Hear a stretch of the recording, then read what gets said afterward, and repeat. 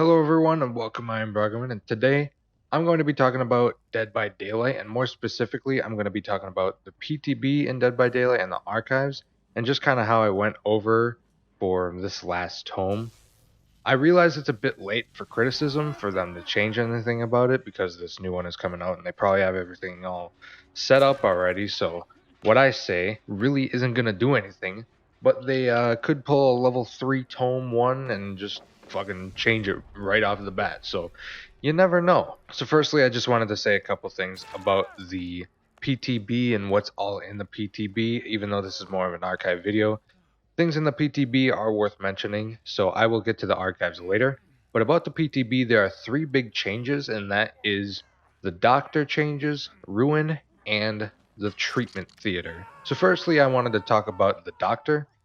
I'm not sure many of you know that I was once a doctor main when I was more interested in Dead by Daylight. I played a lot of the doctor, and I got really good with the doctor even before his initial rework in the first place.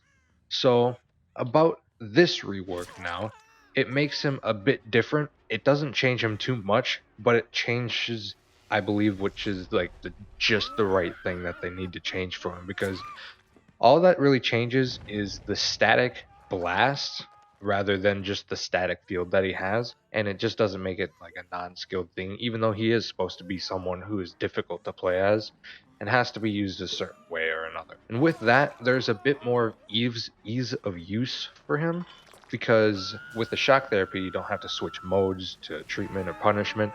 You could just do it right there as you're chasing someone. There is a little bit of a delay, because it would be pretty damn stupid if they didn't have the delay and you could just hit survivors after not allowing them to go through a window or whatever. But I believe that this change is a nice quality of life change. Just generally, the Doctor now is very good, and of course, his full set of add ons.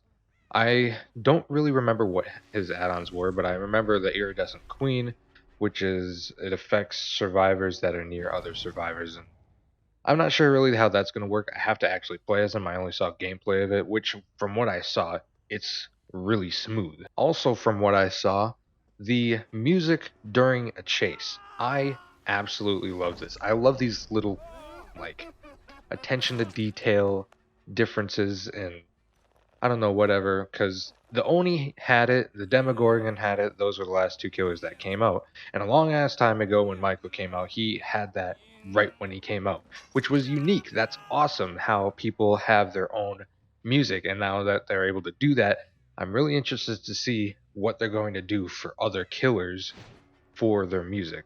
I definitely think that's something worth mentioning about him, and definitely keep on doing that. The next big change is Ruin. Ruin is definitely an overused perk and something needed to change about Ruin and just generally how the game acts, because everybody saw in the game that you needed to run it. It was an absolutely necessary in order to win a game. And I just don't see that true at all. I've played games without Ruin, even with the worst killers like the Legion, and I do super well. Well, not super well, but I mean, I can actually 4K consistently without using Ruin.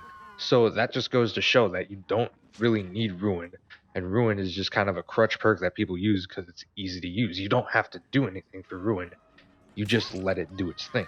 And now with Ruin, there's actually kind of a skill curve while it's still being a hex totem, so it's going to have a big effect on the game if people don't cleanse it, and it'll kind of do the same thing, except it will work more for that end game.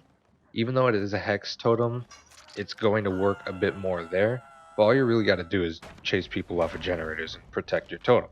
Nothing too different, but it still is going to slow down the game if they don't cleanse that totem. I feel like this could be an interesting change with some perks.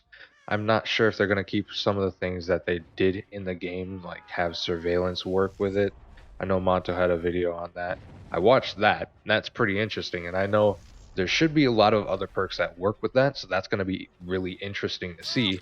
And I'd be really interested in testing out this perk with other perks to see what exactly it can do. And of course, there is the controversial issue with it was the one perk that slows down the beginning of the game, because you don't have a lot of pressure at the beginning of the game. You don't just go around the map. You are completely separated from the other survivors, and you're completely disconnected, and you cannot do anything about anybody else around. There are still other perks in the game to change that. The Gatekeeper emblem changed because of this, because you don't need to win in the beginning of the game. You can let a couple generators get done, and that's fun for the survivors, how you can actually do the first couple of generators without being very affected by it.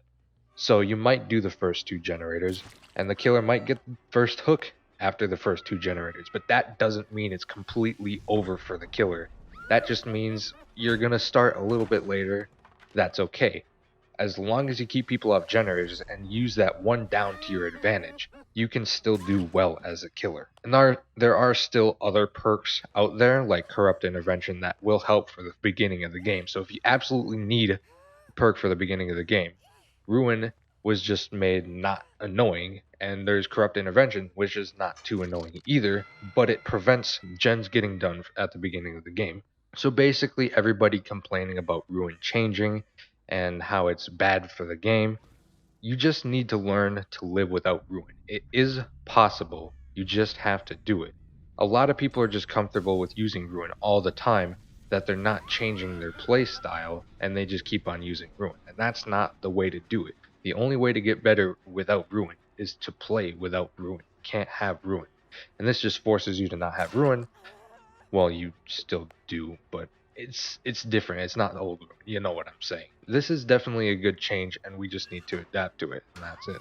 And the final change with the PTB, not much, but it's my favorite thing about the PTB. The treatment theater looks fucking amazing. There are not many maps in Dead by Daylight that looks like it was straight pulled from real life and put into Dead by Daylight, because that's what this map is. It feels like it's straight out of real life. It's so goddamn realistic, and I feel like it's the first map that has actually done that. And you might be arguing like, oh, Hawkins didn't do that for you. No, have you seen the second story of that building? It looks like PlayStation 2 graphics. That shit straight don't even look good.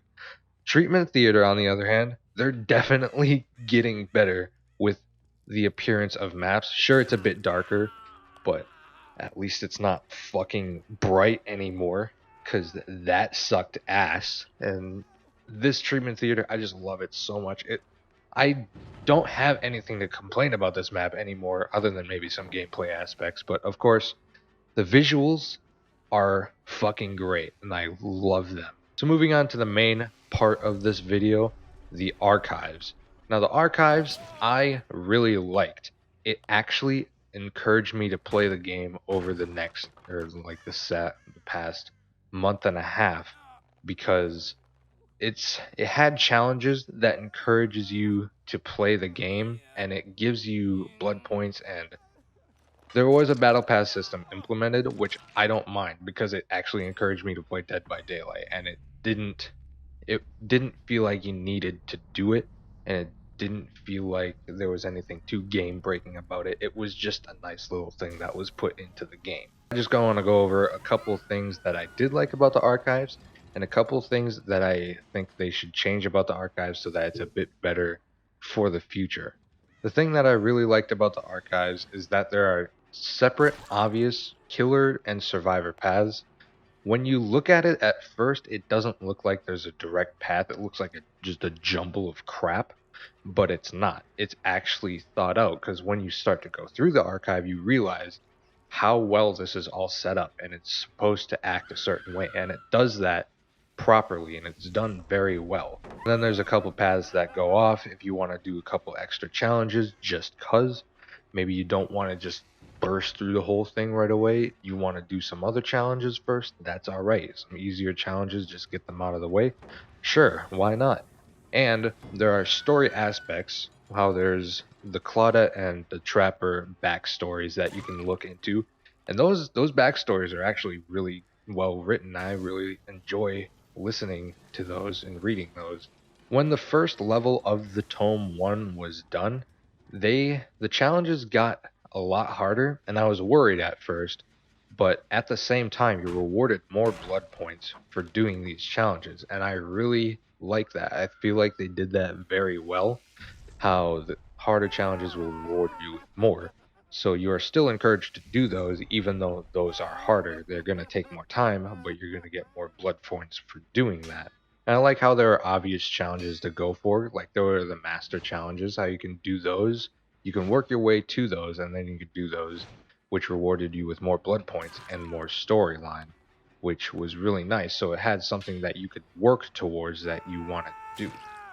So now for my issues with the archives, I have three big issues, and the first one is the disbalance between the regular challenges and the master challenges.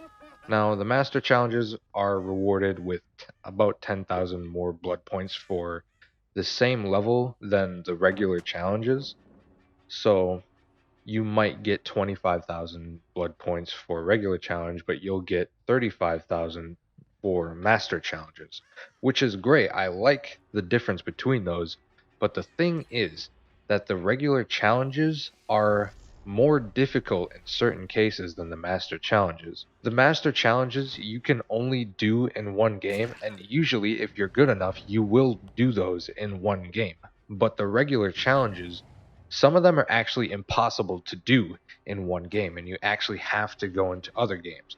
Now, I understand that there's kind of like you have to do it in one game, so there's more stress to do it, which rewards you with more blood points. But if you don't do it in one game with the regular challenges, not a big deal. You can go into another game and do that. But the thing about that is that that could take more time. And if it takes more time, then you should be rewarded with more blood points for using up more of your time rather than doing the master challenges, which gives you more blood points for basically doing not a lot, which feels like sometimes. And really, all I gotta say about that is make these so that they're the same difficulty, but have it so that with the regular challenges, you can still do it in multiple games, but with the master challenges, only have it where you can do it in one game. Another problem that I have with this is repeat challenges. Now, I'm not saying that repeat challenges are necessarily bad all the time. It's only when there's a misbalance. So the best way to explain this, I will just give you an example. So if you remember from the archives, there are three challenges that are all got you, and it's where you have to grab survivors off of generators, windows, unhooking actions, whatever, and you have to do it a certain amount of times. And there's one for each of three tomes, and that is for tome 2, 3, and 4. The one for tome 2 only requires you to do it once, and because of that, it is a master challenge because you can only do it in one game. So it will reward you with 10,000 more blood points than the regular challenges.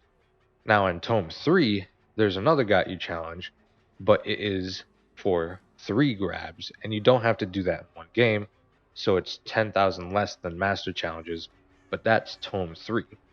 And then you go over to tome 4, there's another regular challenge that's not a master challenge, which only requires you to grab 2 survivors. There's a bit of a disbalance there, because if you actually put in the amounts there and how many blood points you actually get rewarded for these, for the one on tome 2, you'll get 35,000 for grabbing off one survivor from a generator. Whereas you go to tome 3, where it's not a master challenge and it's just a regular challenge, you only get 30,000 blood points for 3 grabs. And it doesn't have to be in one game, but I mean, the one for grabbing one survivor doesn't have to be in one game either. It can take you multiple games. The one for grabbing 3 survivors is less than just grabbing one in one game. And if that wasn't bad enough, you go over to level 4 and grabbing 2 survivors in as a regular challenge, you don't have to do that in one game. That one is worth 45,000. So the one that is the most difficult out of all of these is getting rewarded the least amount of blood points. And that's definitely a problem that should be worked out. And I understand why this happened. It's because the level 3 got reworked. So that makes it so that other amounts on other challenges are different as well. But that kind of thing should be considered in the future if they're going to do that again.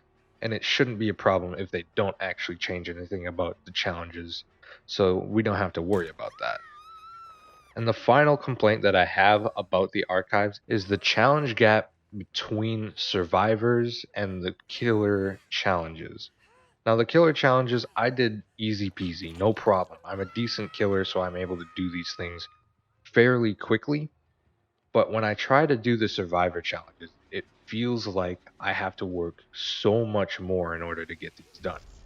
I try to play as much survivor as I do killer, because if I play too much killer, then I'm going to want to play survivor. If I play too much survivor, I want to play killer. So I feel like I'm pretty even on how often I play both Survivor and Killer, and both how I do in both of those as skill wise. But it's just way harder to do certain challenges as a survivor because you have to take into account that there are other survivors in the game that are trying to do maybe the same things. They might be trying to do different things. They might just be trying to play the game, and it's still hard to do these challenges.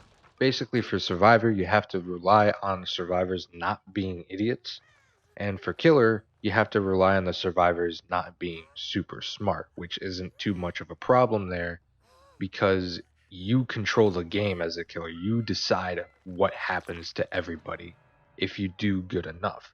But as survivor, the killer is controlling you.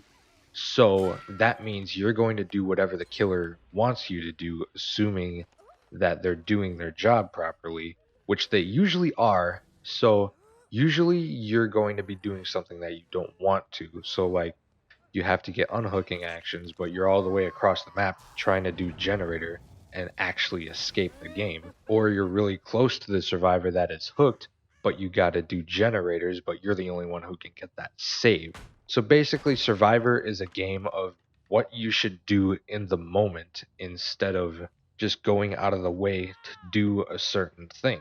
So doing some of these challenges completely throw the game off and what it actually should be. So you are less likely to actually escape. In fact, you're just basically throwing the game because you want this challenge, and that's not how it should be. But there are still a couple challenges that are good though, like there's ones for doing great skill checks with this is not happening. And that's good because you just go out of the way. It's something that you can do in a duration of time that's actually viable. And there's also ones for just escaping, which is the point of the game in the first place, and everybody wants to escape. So that's definitely a good challenge. So basically, there should be more challenges like that. And if there are ones that rely on you doing something that you're not supposed to, it should be a less amount, so you're less likely to throw the game and actually contribute rather than take away. And it might just be because I'm bad at Survivor, but I don't think that's the case because I believe myself to be an above average survivor, and I can actually escape a lot of the games that I go into. With that being said, the average survivor trying to do these challenges, imagine how hard it is to do for them. And the dilemma there is that how the game should be, or should the killer challenges be even harder? And I think everything should be fairly simple and not super hard, unless you're going to reward like a hell of a lot of blood points, but nothing here is really worth that much. Everything should be kept fairly simple so you can actually enjoy the game while playing the challenge when doing the challenges. If the challenges are more simple, it'll encourage you more to play the game rather than being stressed out for doing one thing or another. So that's about everything I had to say about the archives. Overall, I enjoyed the experience. It helps me play Dead by Daylight a lot. I really like the Rift, and just those couple of things that I said are the only things that I really want changed about this. Even then, it's not a bad system because it actually encourages me to play the game, which is probably the main point of it anyways. So they definitely did their job there. And so I say good job, Dead by Daylight. You did what you were supposed to do and made a damn game. So thank you guys for watching this video.